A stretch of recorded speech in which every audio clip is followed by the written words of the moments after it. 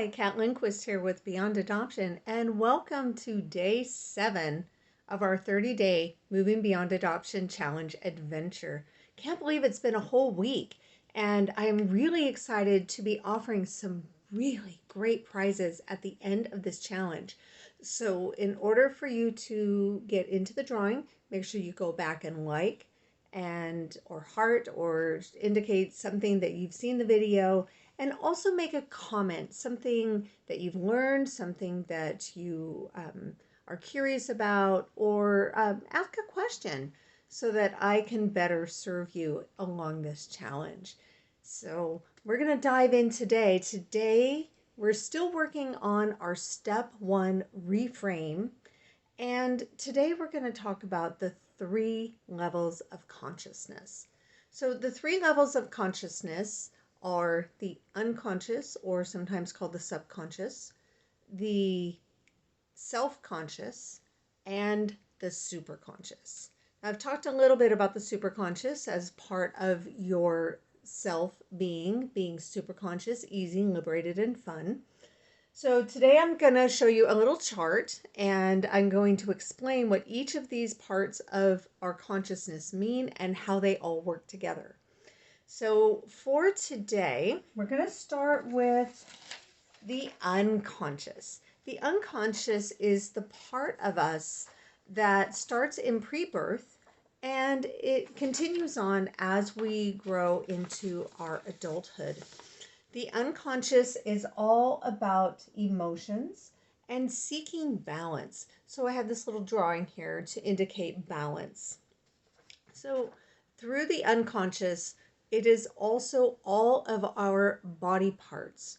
So it regulates our breathing, our digestion, our blood flow, all those unconscious aspects of our human experience.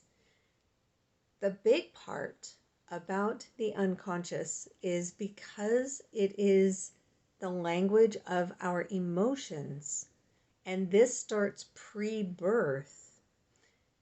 It takes in any traumas, any experiences, DNA instructions that we're being given, and it makes decisions, beliefs, determinations about what is safe, what's going to keep us alive and keep us going. And through all of that, if we've come through an experience and we're still here, our unconscious says, that's survivable. So we can do that again because I know that we survived that. So whether it's trauma, whether it's something negative, whether it's something positive, it constantly looks for things that you have survived, and it will bring more of those experiences and even seek out those kinds of experiences again and again and again because it knows that it can survive it, or it believes it can survive it. So that's the unconscious.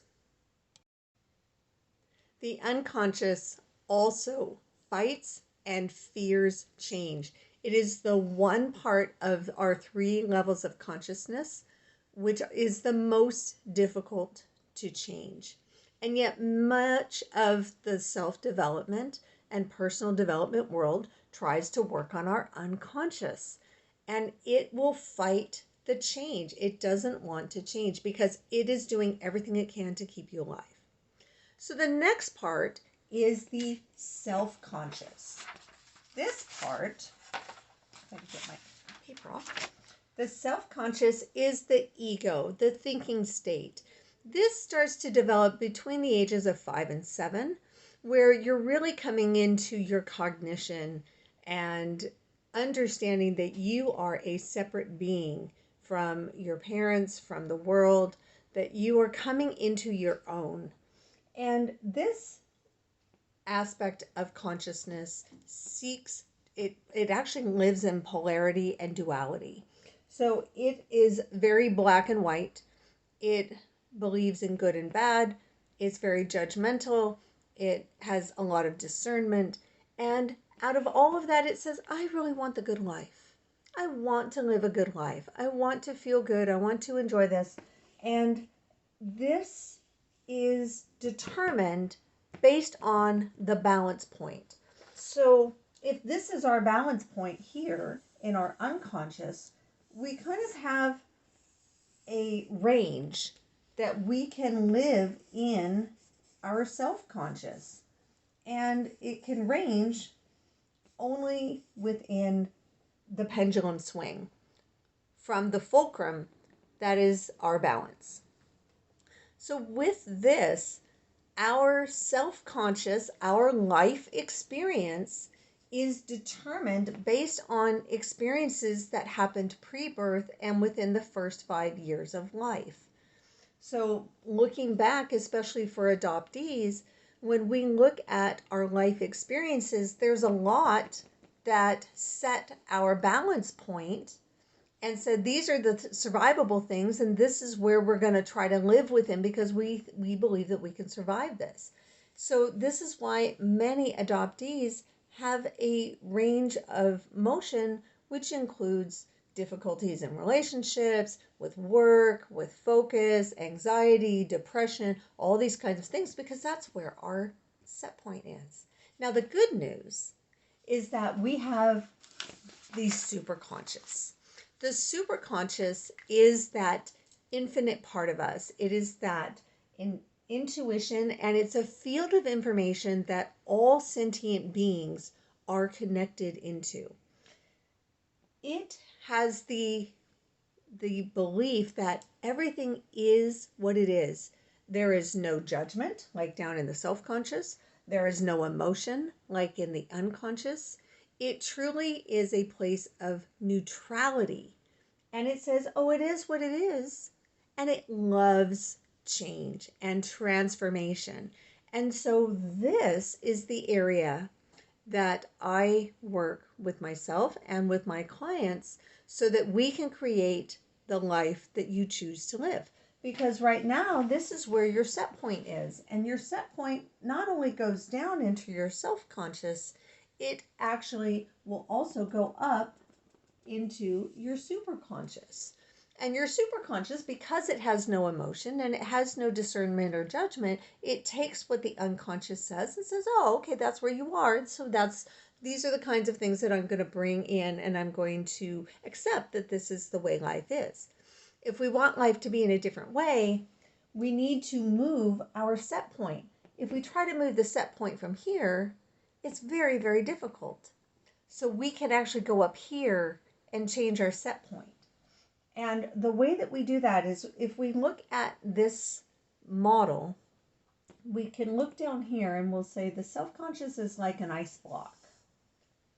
It's very set in its ways. It wants to be what it is. It believes everything that the unconscious tells it, and it wants to stay very steady. Unconscious is more like water vapor. So there is some mobility, some ability to make changes. However, it also really wants to stay static, and it wants to stay where it's at. The superconscious is like vapor. It's like a cloud. And if you've ever watched clouds up in the sky, especially very wispy ones, they tend to be very, very fluid. So what we do is we move, and all three of these are the same element, right? They're all water. So if we use this analogy, we can move up into the vapor. We can shift our set point through the superconscious. And in the work that I do through Moving Beyond Adoption, we have very specific transformational processes that we use to speak with and work with the superconscious to let go of the pain, the trauma, the things that are holding us back at this level. We work up here to let it go, and then we bring it back down, and now you'll find, oh, now my set point is over here, which means I've moved my fulcrum, and now all of a sudden I can live over here.